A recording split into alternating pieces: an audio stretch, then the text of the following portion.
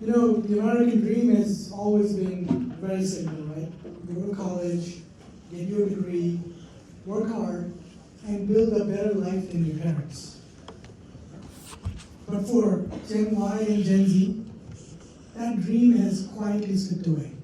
And not because of laziness or lack of motivation. It's really because of student debt. Now today, more than 45 million Americans have student debt, and they owe about $1.8 trillion. About 70% of that is by Gen Y and Gen Z.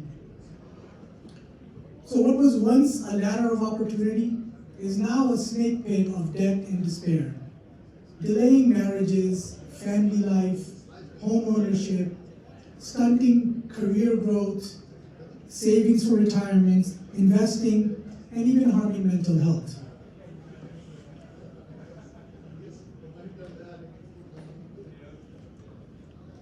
And for us Muslims, that pain runs even deeper, because behind the financial and emotional distress lies a spiritual one. We know that interest, riba, is strictly forbidden by Allah subhanahu wa ta'ala, as clearly stated in Surah Al-Baqarah. So thank you for the other ayahs, but I just have 275 here. So there's a few ayahs that go into this issue. But ever wonder why is riba forbidden? Because riba interest erodes balance, justice, and compassion in society. It's no wonder that millions of Americans, Muslims and non-Muslims alike, feel trapped by a system that makes interest seem unavoidable. They realize that a system built on interest always benefits the few at the expense of the many. But as Muslims, we never lose hope. Hope is at the heart of our faith. That's why I founded Definance, to restore hope and empower financial freedom so that we can once again dream the American dream. Now before we get to that, let's better understand the generations that are most impacted by student debt. Gen Y and Gen Z have grown up in constant change, from the rise of the internet to social media, and now AI even disrupting jobs. They've also weathered crisis after crisis, from the dot-com bubble bursting to 9/11 to the 2008 global financial crisis, the COVID pandemic, and the growing threat of climate change. Yet despite all of this, they remain the most diverse, educated, and socially conscious generations in history. They crave authenticity, they value purpose, and they're not afraid to chart their own course. But the student debt system has let them down. They're forced to navigate it because it's built not to share success, but rather to compound debt. So let's look at, here we go.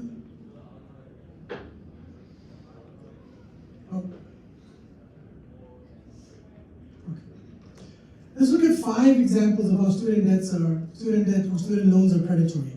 So even federal student loan interest rates are now 7 to 9%.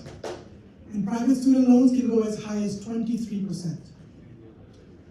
And aside from undergraduate student loans, federal student loans, every other student loan accrues interest, even while you're studying. So I spoke to a Gen Y doctor, a Muslim doctor, and he told me that during medical school and residency, his student loans grew by $40,000. That's $40,000 of interest while he was studying and had a low-paying residency. The average time to pay back student loans is 20 years, though the term when they come out is 10 years. So it just takes double the time to pay them off. And 92% of undergraduate and 68% of graduate refinancing student loans require a cosigner. Yes? I have a question. So, me and my friend have been debating this topic.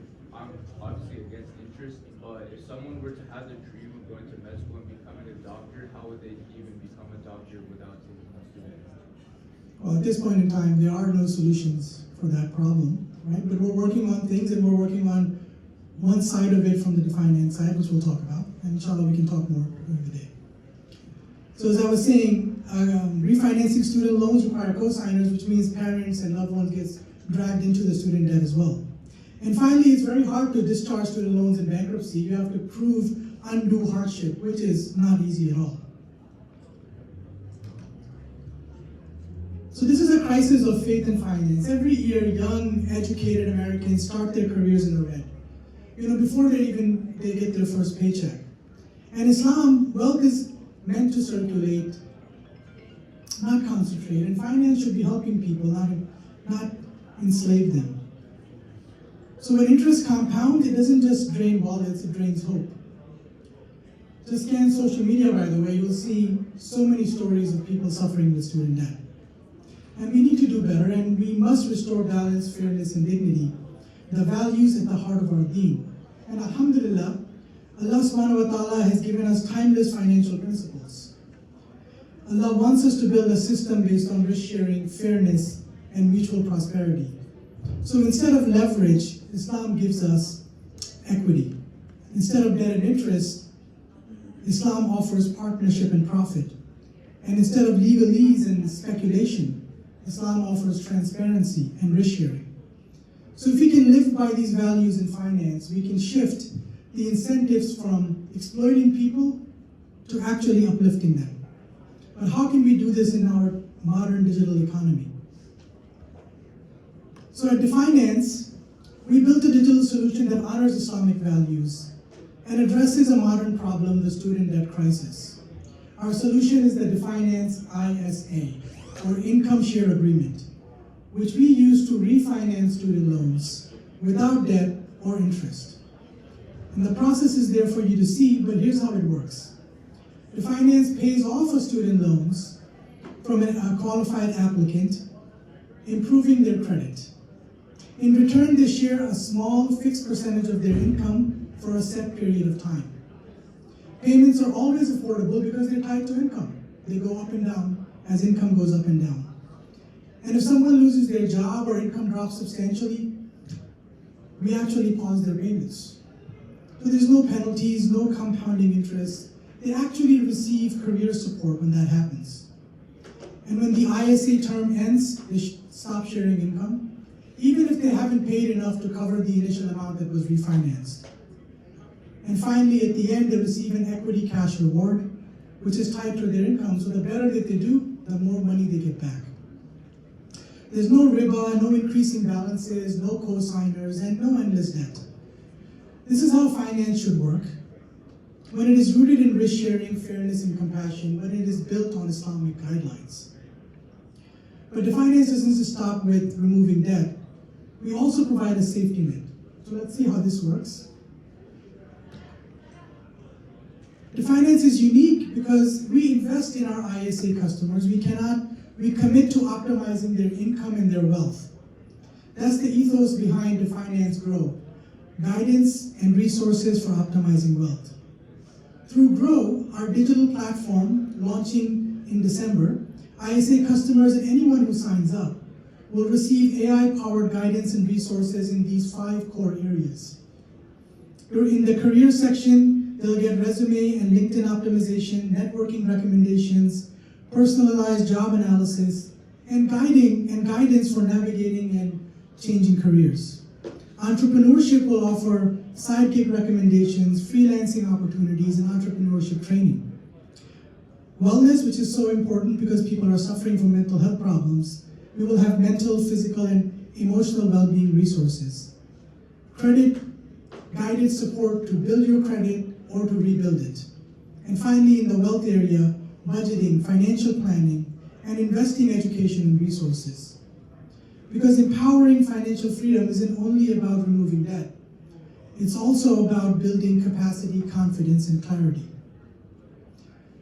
So, I realized that building something like Grow is so important as I spoke to so many people with student debt over the last few years. A lot of people who struggle to make the right decisions because they're under the stress of student debt.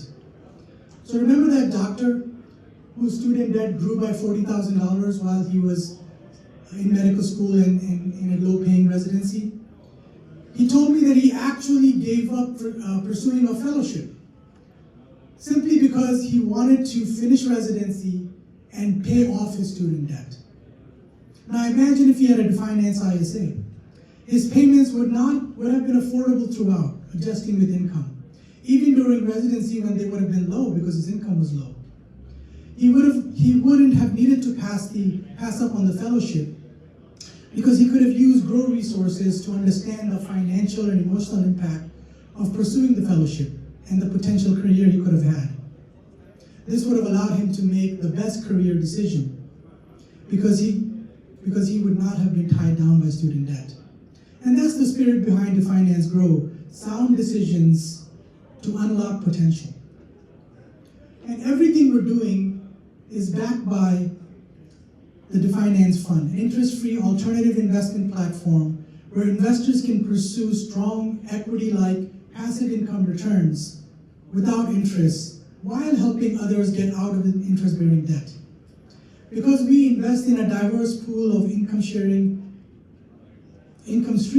of educated Americans, returns have shown to be uncorrelated to the markets with minimal volatility, offering portfolio diversification with real-world impact.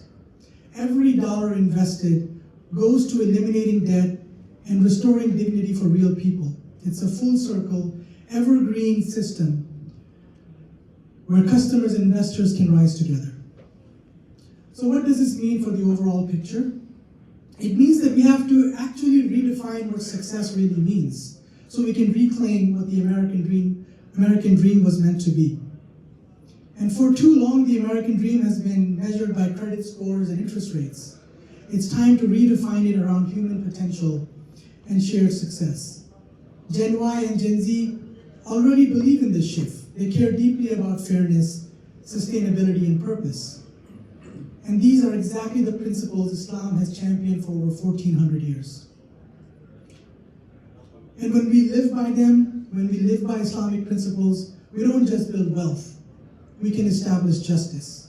We can prove that faith and finance can coexist, that values and performance can align, and that ethical innovation is not only possible, but also profitable. And Definance is our sincere attempt to build that bridge between finance and a better future, between faith and a better future of finance. So I welcome all of you to join the journey. Come back here at, I think, 5:45 roughly, where Daniel Qureshi, who's right over here, our CSO, will join me in digging deeper about Definance. We'll present case studies from a couple of our customers to show you how it really works.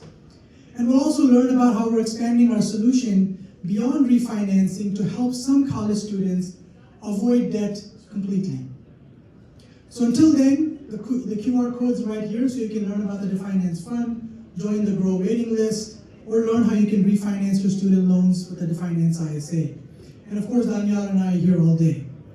So let's uplift each other, enjoy shared prosperity, and build a just future worthy of our faith. So may Allah subhanahu wa ta'ala guide all of us to build wealth and justice with justice and to live with faith, freedom, and dignity. Ameen. Assalamu alaikum. Any questions if I have a minute or two? You can come back later on today. We'll talk about your issue a little bit. Thank you, brother. There was a reason he was wearing a red shirt, because it started with red, you say, right? All right, that was very enlightening as well. If I had that opportunity